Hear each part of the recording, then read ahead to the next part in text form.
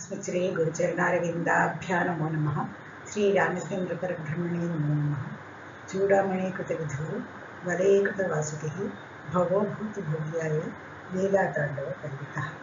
इदानीं चिन्तनाविषये पृथिव्याः निरूपणं प्रारम्भं किञ्चित् पश्यामः।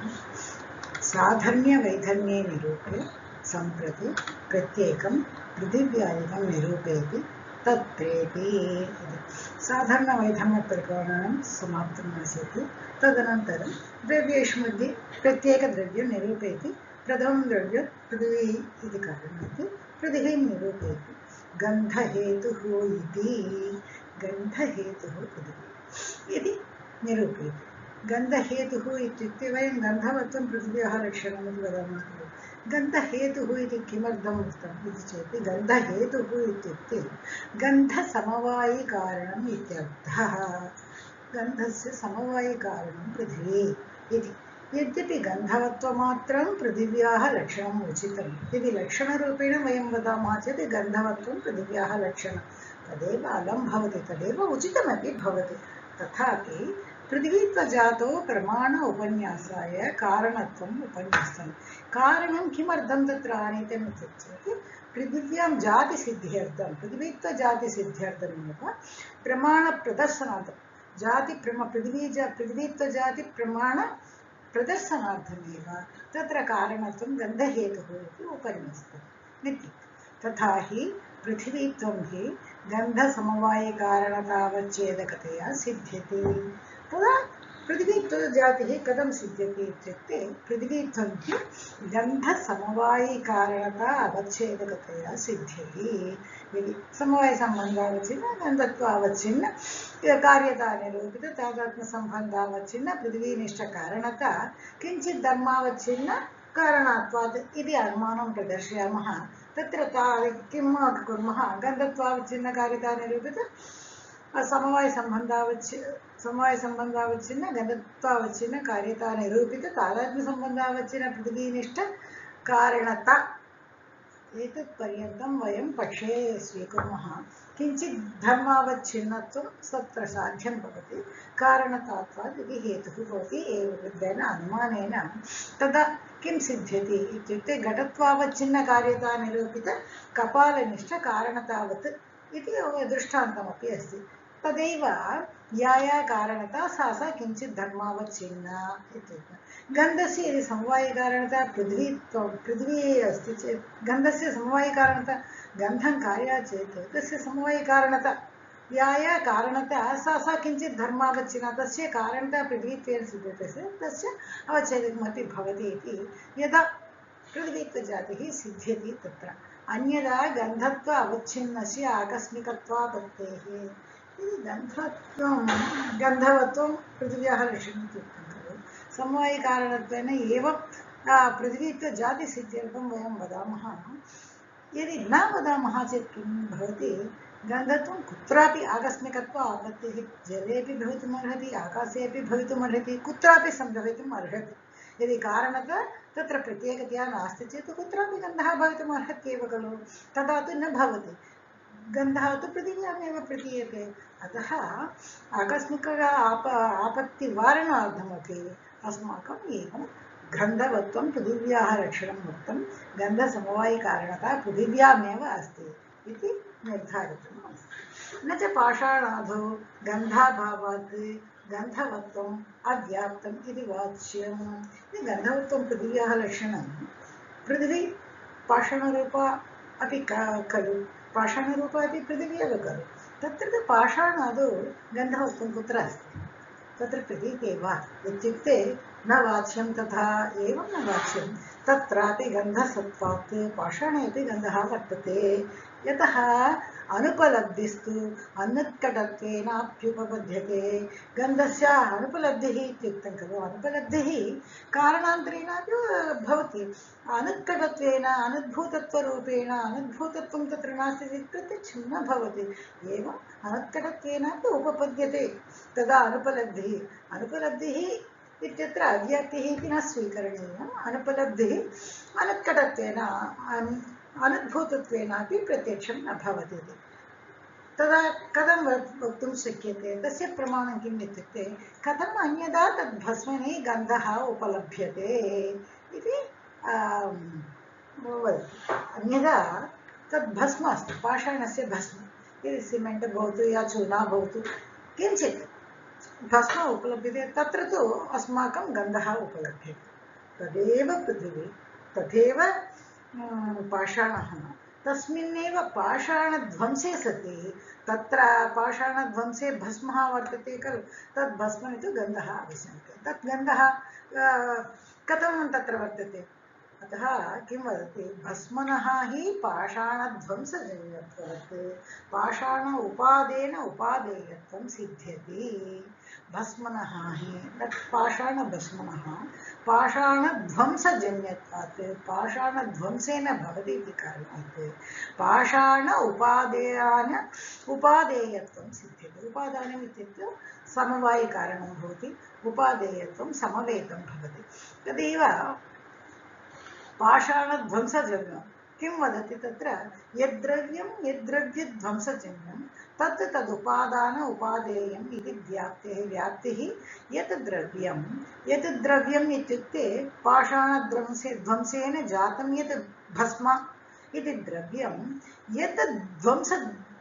यत् द्रव्यध्वंसजन्यं पाषाणध्वंसजन्यं तत् इत्युक्ते तत् भस्म, तत् उपादान उपादेयम् इति व्याप्तेः। तस्य पाषाणस्य उपादान उपादेयत्वं तत्र सिद्ध्यति। समवायिकारणता तेन समवेतत्वमपि तत्र सिद्ध्यति इति उक्तं।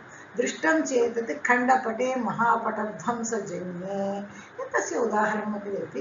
एतत्तु दृष्टमेव, खण्डपटे महापटध्वंसजन्ये महापटम् अस्ति, यत् तदा तत्र खण्डपटं भवति, महापटध्वंसं तु भवति, खण्डपटं तत्र वर्तते खलु।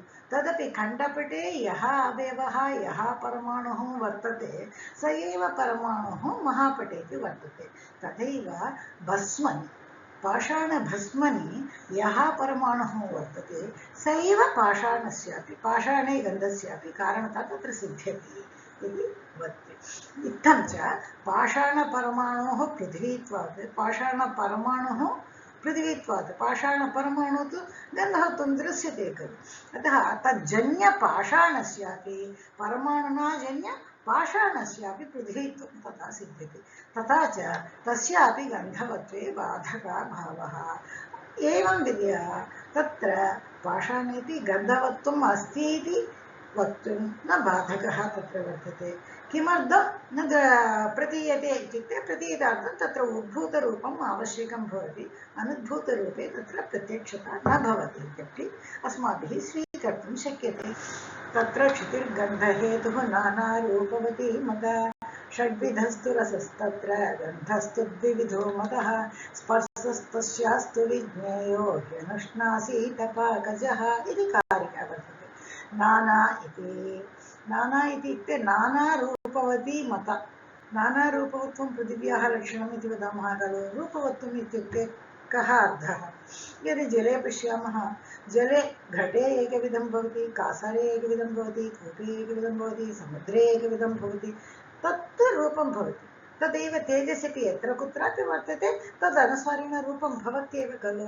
तदा उच्यते चेत् सर्वत्र तत्र तेजस्यपि जले अपि नानारूपत्वं वर्तते। नानारूपत्वं केवलं पृथिव्यामेव वर्तते वा इत्युक्ते, नानारूपवती मता इत्युक्ते तदर्थम् एवं नास्ति। नानारूपत्वं वर्तते शुक्लनीलादिभेदेन नानाजातीयं रूपं पृथिव्यामेव वर्तते। यथा शुक्लनील पीतरक्तहरित कपिसचित्रभेदात् इत्युक्तं खलु। एवं सप्तविधः रूपः पृथिव्यामेव वर्तते, न तु जलादौ। जलादौ तु अभास्वरशुक्लं वर्तते, तेजसि जले अभास्वरशुक्लरूपं वर्तते, तेजसि च भास्वरशुक्लरूपं वर्तते। तत्र शुक्लस्यैव सत्त्वात् जले, पृथिव्यां तु एकस्मिन्नपि धर्मिणि पाकवशेन नानारूपसम्भवात्। रूपस्य परिवर्तनेन पाकवशेनापि पृथिव्यां नानारूपस्य सम्भवात्। यदि घटः अस्ति, प्रथमं श्यामः घटः अस्ति, विलक्षणतेजस्संयोगे पाकवशात् सः रक्तवर्णः भवति। एवं पृथिव्यां तु पाकवशेनापि नानारूपत्वं वर्तते। जले तेजसि च पाकः नास्ति इति कारणात् तादृशनानारूपवत्वं तत्र न वर्तते इति अपि न च यत्र नाना तदा पूर्वपक्षवादिनः वादः किम् न च यत्र नानारूपं नोत्पन्नं तत्र अव्याप्तिः इति वाच्यं भवतः वादं यदि स्वीकुर्मः घटे भवति आम्रफले भवति आम्रफले प्रथमं तत्र हरितवर्णं भवति तदनन्तरं पाकेन पीतवर्णः आगच्छति इति वक्तुं शक्यते यदि पटः अस्ति पटे पाकेन रूपस्य परिवर्तनं भवति वा न भवति खलु तत्र अव्याप्तं भवतः लक्षणं भवति खलु इति तेषां वादः तदा लक्षणम् एवं कर्तव्यं भवति रूपद्वयवद्वृत्ति द्रव्यत्वव्याप्य जातिमत्वस्य विवक्षितत्वात् यत्र रूपद्वयवद्वृत्ति यत्र घटः वर्तते खलु प्रथमं श्यामरूपेण तदनन्तरं पाकानन्तरं रक्तरूपेण वर्तते तदेव आम्रफलमेव प्रथमं हरितरूपेण तदनन्तरं पीतरूपेण वर्तते तद्वत् रूपद्वयवत् वृत्ति रूपद्वयस्य वृत्ति कस्मिन् वर्तते तत्र रूपद्वयवृत्ति द्रव्यत्वव्याप्य जातिमत्वं द्रव्यत्वव्याप्य जातिमत्वं किं भवति पृथिवीत्वजातिमत्वं वर्तते तत्र पृथिवीत्वजातिमत्वं तत्र वर्तते इति कारणात् पठेते तत्र अव्याप्तिः न भवति यतः पृथिवीत्वजातिः तत्र वर्तते अन्यदा रूपनाशवत् रूपद्वयवद्वृत्ति वयं वदामः रूपद्वयवद्वृत्ति अन्यप्रदेशेषु वदामः अन्यदा रूपनाशवद्वृत्ति द्रव्यत्वव्याप्य जातिमत्वस्य वा वाच्यत्वात् यदि पाकेन वदामः वयम् एवमपि वक्तुं शक्यते रूपनाशः भवति खलु प्रथमे घटस्य नीलरूपस्य श्यामरूपस्य नाशः भवति तदनन्तरं रक्तरूपः समुद्भवति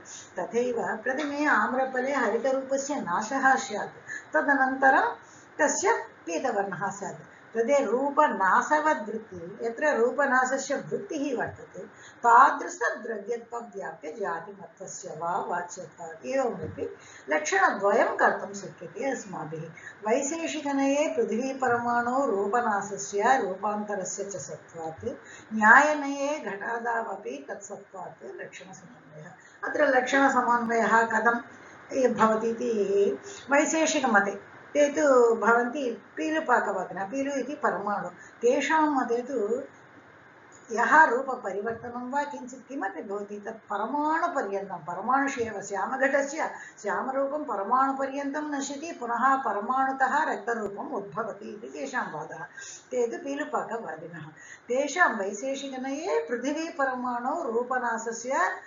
तादृशपरमाणुप्रभृति रूपान्तरस्य च सत्त्वात् भवति न्यायनये पेट्रपाकवादिनः अवयव अवयवभेदेन वर्तन्ते तत्र अतः घटादावपि तत्सत्त्वात् अवयवी भवति कपालः अवयवः भवति कपालः अवयवी भवति घटः एवं तत्रापि एवं रूपद्वयवद्वृत्ति एवं वक्तुं शक्यते अन्यदा रूपनाशवद्वृत्ति इत्यपि वक्तुं शक्यते द्वयोः मतेन तत्र लक्षणः समन्वयः भवति इति षड्विधः इति मधुरादिभेदेन यः षड्विधः रसः सः पृथिव्यामेव जले मधुर एव रसः अत्रापि पूर्ववत् रसद्वयवत् वृत्ति द्रव्यत्वव्याप्य जातिमत्वं लक्षणाद्वयम् अवसेयम् इति उक्तम् षड्रसः वर्तते इति अस्माभिः तर्कसङ्ग्रहमहोदये पठितमेव मधुराम्ललवणकटुकषायतिक्तभेदात् षड्रसः वर्तते इति षड्रसः कुत्र वर्तते केवलं पृथिव्यामेव वर्तते यदि जले पश्यामः मधुर एव रसः वर्तते इति अस्माभिः दृष्टमेव यदि मधुरादिभेदेन यः षड्विधः रसः सः पृथिव्यामेव वर्तते जले मधुर एव रसः मधुररसः एव वर्तते अत्रापि यदि तत्र मधुररसे अत्रापि किञ्चित् वयं वक्तुं लक्षणं कुर्मः चेत् पूर्ववत् रसद्वयवृत्ति द्रव्यत्वव्याप्य जातिमत्वं लक्षणार्थोऽयम् अवसेयः रसद्वयवद्वृत्ति पाकजेन भवति खलु प्रथमम् आम्रफले किञ्चित् आम्लरसं वर्तते तदनन्तरं पाकेन मधुररसं भवति एवं रसद्वयवद्वृत्ति द्रव्यत्वव्याप्य जातिमत्वम् इत्यपि तत्र रसारूपेणापि वक्तुं यदा रूपेव अस्माभिः उक्तं तदेव अत्रापि रसेपि वक्तुं शक्यते द्रव्यत्व पूर्ववत् रसद्वयवद्वृत्ति द्रव्यत्वव्याप्य जातिमत्वम् इत्यपि वक्तुम्। विविधा इति वस्तुस्थितिमात्रं न तु द्विविधगन्धवत्वं लक्षणं विविधत्वस्य व्यर्थत्वात् वैविध्यं च सौरभ असौरभभेदेन बोध्यम्। द्विविधः गन्धः इत्युक्ते तत्र द्विविधगन्धवत्वं पृथिव्याः लक्षणम् इति लक्षणरूपेण कथयति। तत्र द्विविधः गन्धः अस्ति इत्येव, सुरभि असुरभिभेदेन द्विविधः गन्धः इति वक्तुमेव तत्र उक्तं। द्विविधत्वस्य व्यर्थत्वात् वैविध्यं च सौरभ असौरभभेदेन बोध्यं। गन्धवत्वव्याप्य सुरभित्व असुरभित्वभेदात् द्विविधः भवति गन्धः। स्पर्शः इति तस्याः इत्युक्ते पृथिव्याः, कस्याः? पृथिव्याः अनुष्ण अशीतस्पर्शवत्वं वायावपि वर्तते इत्युक्तं पाकजः। वायुवपि अनुष्ण अशीतस्पर्शवत्वं वर्तते।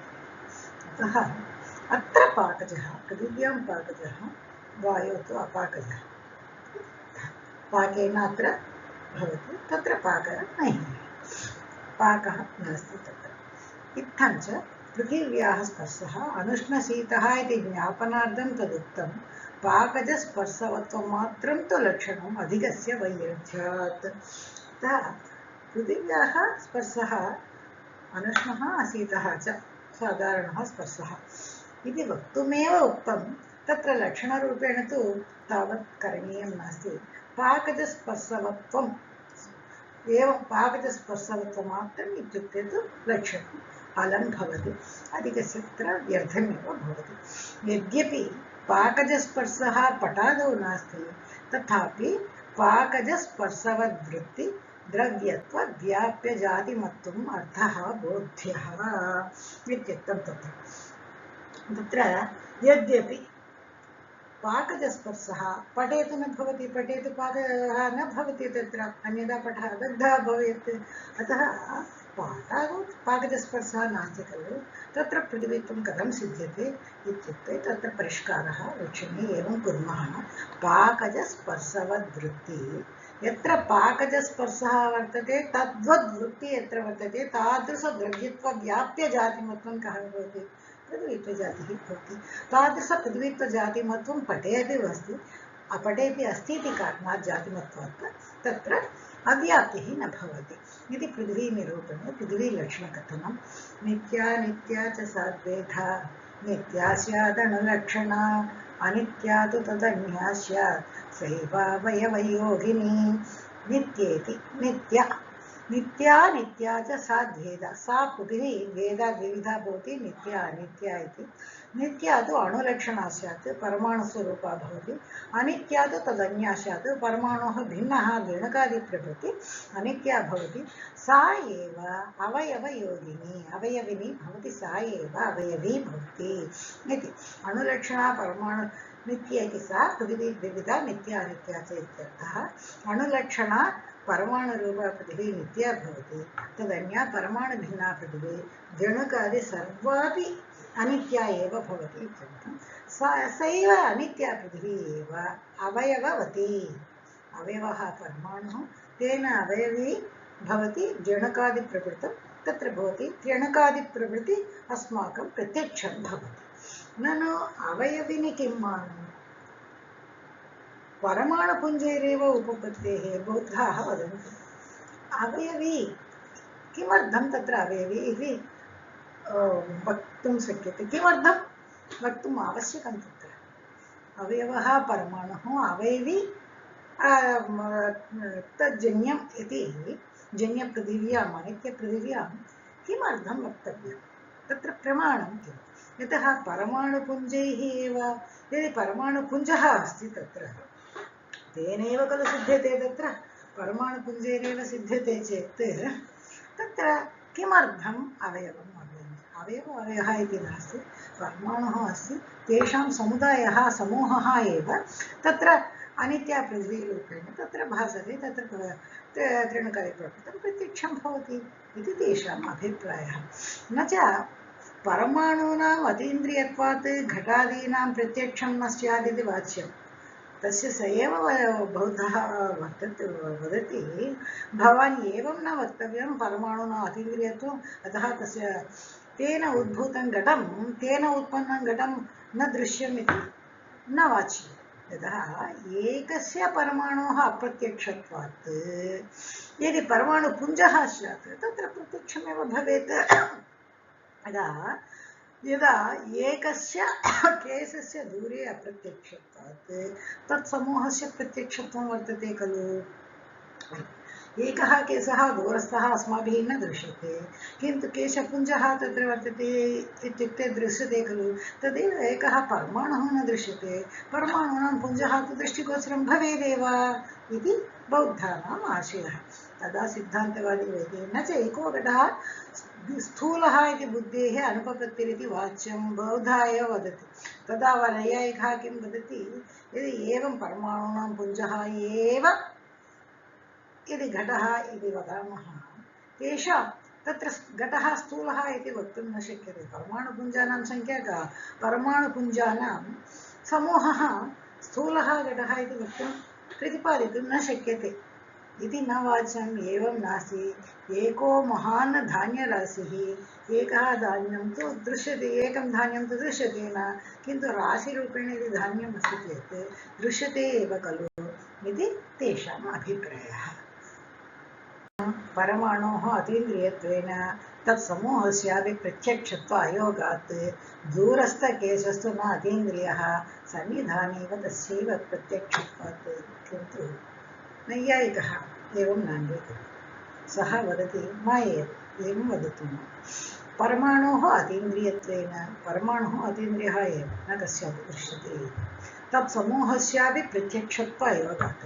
यदि परमाणुपुञ्जः एव भवति इति चेत् तेषां वादः नैयायिकानां वादः तन्तुना पटः उत्पद्यते किन्तु तन्तुः एव पटः इति वक्तुं न शक्यते तद् अन्यत् पटः अन्यत् तन्तुः अन्यत् परमाणुः अन्यत् तेषां तन्तुसमुदायः अन्यत् पटः अन्यत् एवं परमाणोः अतीन्द्रियत्वेन यदि अवयवः अवयवी इति भेदः नास्ति चेत् तत्समूहस्यापि प्रत्यक्षत्व अयोग्यत्वात् यदि परमाणूनां पुञ्जः एव स्यात् परमाणुः एकः भवतु पुञ्जः भवतु दश भवतु किमपि भवतु तदापि तस्यापि प्रत्यक्षत्वं न स्यात् अतः तत्समूहस्यापि प्रत्यक्षत्व अयोग्यत्वमेव अस्ति यदि भवतां निरूपितं किञ्चित् उदाहरणम् उक्तं खलु दूरस्थकेशः केशः तु न अतीन्द्रियः तत्र सन्निधाने तस्यैव प्रत्यक्षत्वात् यदा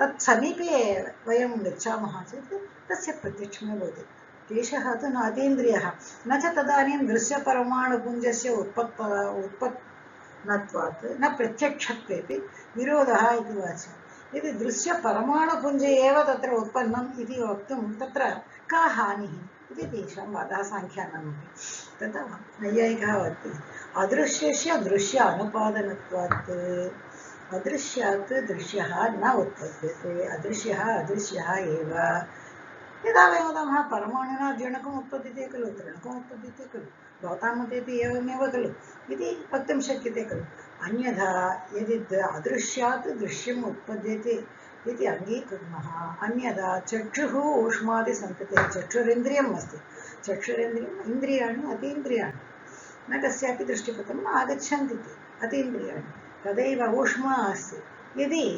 अदृश्यात् दृश्यत्वम् उत्पद्यते चेत् तदा चक्षुः ऊष्मादिसन्ततेः ऊष्मा अपि कदाचित् दृश्यत्वप्रसङ्गात् तेषामपि प्रत्यक्षः स्यात् खलु तदा तु न भवति न तदा साङ्ख्यः वदति न च अतितप्ततैलादौ कथम् अदृश्यदहनसन्ततेः दृश्यदहनोत्पत्तिः इति वाच्यं यदि सः वदति यदि अदृश्येन अतितप्ततैलादौ यदि नीरं क्षिपामः तदा किं भवति तत्र अग्निः उत्पद्यते अतितप्ततैलादौ कथम् अदृश्यदहनः तत्र दहनः दृश्यते वा नास्ति किन्तु तत्रापि केनचित् संयोगेन तु तत्रापि अग्निः भवत्येव दहनस्य उत्पत्तिः दृश्यते खलु इति सः वदति चेत् नैयायिकः भवति न वाच्यं तदा न वाच्यं यतः तत्र तदन्तःपादिभिः दहन अवयवैः स्थूलदहन उत्पत्तेः उपगमात् तदन्तःपादिभिः यदा अन्तः वर्तते दहनं तत्र उद्भूतरूपत्वं नासीति कारणात् अस्माकं प्रत्यक्षं न भवति यदा तस्य सहकारिकारणानि तत्र भवन्ति तत्र प्रतिबन्धकः नास्ति तदा स्थूलदहन उत्पत्तिः स्यात् न यदि दहनः स्थूलं भवति तदा तत्र अस्माभिः द्रष्टुं शक्यते इति तत्र तु अग्निः वर्तते एव इति न च अदृश्येन द्विणुकेन कथं दृश्यत्रणकेरुत्पत्तिः इति वाच्यं मया एकवाक्य अदृश्येन यदि भवान् वदति अदृश्येन दृश्यः नोद्भवति चेत् द्विणुकः अदृश्यः द्विणुकात् त्रिणुकम् उत्पद्यते त्रिणुके तु प्रत्यक्षं भवति द्विणुकात् कथं त्रसरेणोः उत्पत्तिः भवतां मते इति तेषाम् अभिप्रायः तदा यतः न दृश्यत्वम् अदृश्यत्वं वा कस्यचित् स्वभावात् आचक्षामि किन्तु महत्व उद्भूतरूपादिकारणसमुदायवतः दृश्यत्वं तदभावे च अदृश्यत्वं दृश्यत्वं वा अदृश्यत्वं वा कस्यचित् स्वभावः इति वयं वदामः महत्व उद्भूतादिरूपं यदि महत्वम् अस्ति चेत् दृश्यते उद्भूतरूपादिकारणम् उद्भूतमस्ति चेत् दृश्यते एवमेव तत्र दृश्यते तस्य स्वभावः एवमेव सर्वदा भवति इति नास्ति तथा च त्रसरेणोः महत्त्वात्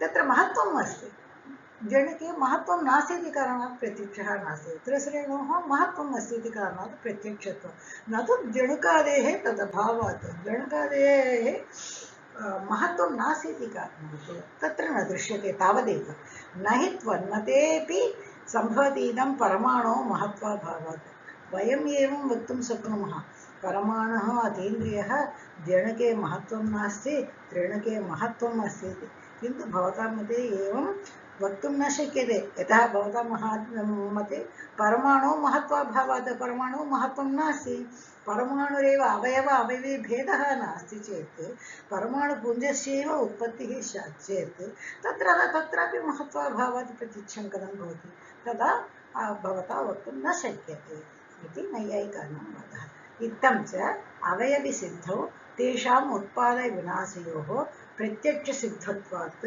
अनित्यत्वम् एवम् अवयवसिद्धौ तेषाम् उत्पादविनाशयोः प्रत्यक्षत्वात् उत्पद्यते नश्यति प्रत्यक्षत्वात् तद् प्रत्यक्षसिद्धत्वात् सः अवयवी अनित्य एव भवति इति अवयवी अनुमानं भवति सर्वे सन्तु सुखिनः सर्वे सन्तु निरामयाः सर्वे भद्राणि पश्यन्तु मा कश्चित् दुःखभाग् भवेत् धन्यवादः नमः सर्वेभ्यः।